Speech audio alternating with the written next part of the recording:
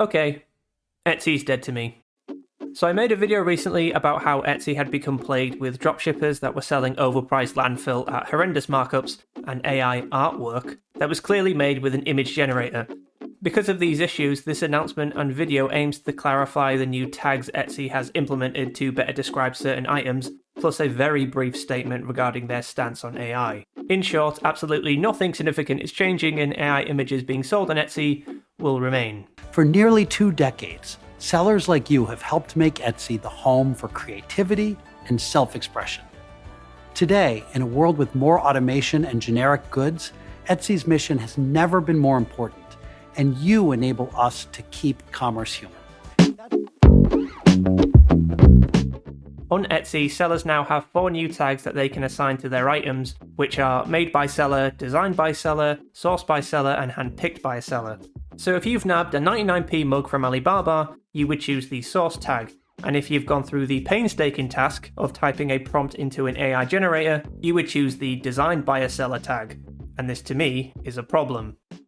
Earlier this year, I created a poster based on Whitby Abbey. Whenever I make a new poster, I usually sketch out ideas, sometimes I'll make some more detailed sketches, and then I look up reference imagery to get ideas of colours, angles, and perspectives. Creating the poster can take a few days or up to 2 weeks of trial and error. This one altogether took about 1 week to get finished. It's the kind of thing I can't create at the drop of a hat. In case you couldn't tell, I'm from Yorkshire, so this is a landmark I'm very familiar with as I grew up about half an hour away from Whitby. So when an AI-generated poster appears on Etsy that's meant to be Whitby Abbey, I'm probably going to notice. So in this poster, this looks more like the top of Durham Cathedral than an actual abbey. The town looks nothing like Whitby, as it could be any seaside town from anywhere in the UK. It's missing the harbour walls, and where the hell did this bridge come from? But more importantly, in this poster, Whitby Abbey is on the wrong side of the cliff. Whitby Abbey shouldn't be on the left side of the river, it should be on the right side of the river. So with Etsy's new tags, my poster and the crappy AI-generated one would both use the same tag of designed by a seller. And I really can't put into words how insulting this is. So an actual human who may take weeks to create a poster design has the same tag as someone who generated a poster literally within seconds. To Etsy, these are both designed. To me, this is a slap in the face to a designer or illustrator that produces their own work. I'm picking on this poster because it's the first one I saw, but there are plenty of other equally bad examples. And according to Etsy's stance on AI, they see these generators as being okay as long as the seller uses an original prompt. But somehow, it gets worse. AI generated prompts being sold on Etsy aren't allowed, because Etsy claims that the prompts used to generate the artwork are an integral part of the creative process. Plus, there are many ethical issues around AI images, especially regarding copyright infringement, and Etsy simply says it's monitoring developments. Another way of saying we don't want to do anything because we're making too much money. Etsy also put out a video called A Message from the CEO that went down as well as you would expect. And this video goes out of its way to not mention AI generators and just says things like new tools and production partners. They seem to be really doubling down on the Keep Commerce Human tagline, which is very ironic as another major issue with Etsy is the horrendous online support. And this issue has been around way longer than problems with AI and dropshipping. It feels as if no human even works at Etsy, as when you have a support issue, you will likely get a stock response, and talking to a human is nearly impossible. Etsy seems to think that if they repeat this tagline enough, everyone will start to believe it. We need to reinforce what we stand for, so that everyone who comes to us understands why we're different and special.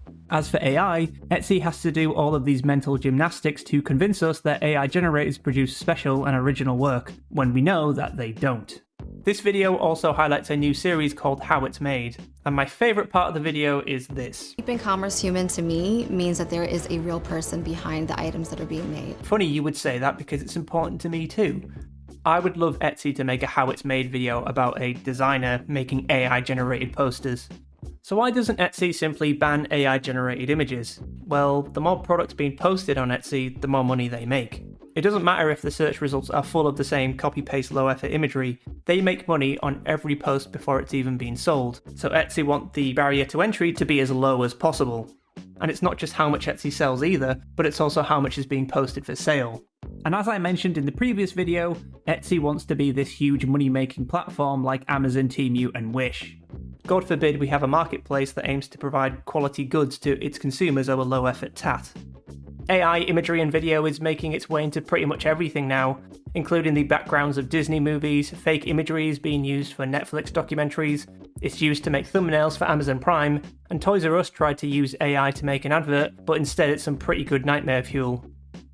And recently, if you googled Beethoven, the first image result is an ugly AI-rendered image.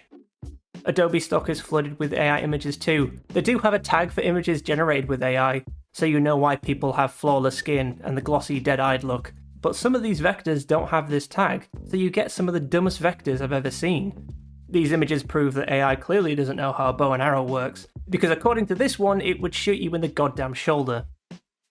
I fully understand there are uses for AI, especially in the design world, and there are some people who can get Midjourney and DALL-E to produce some great pieces, but these people sure as hell aren't designers, and these pieces are in the minority. Instead, you have sites like Etsy, that is full of botched landmarks, prompt bundles, weird Disney images, and plenty of topless women. Maybe I was being a bit too generous in the last video, as Etsy as we knew it is well and truly dead, as it definitely isn't doing enough to keep commerce human.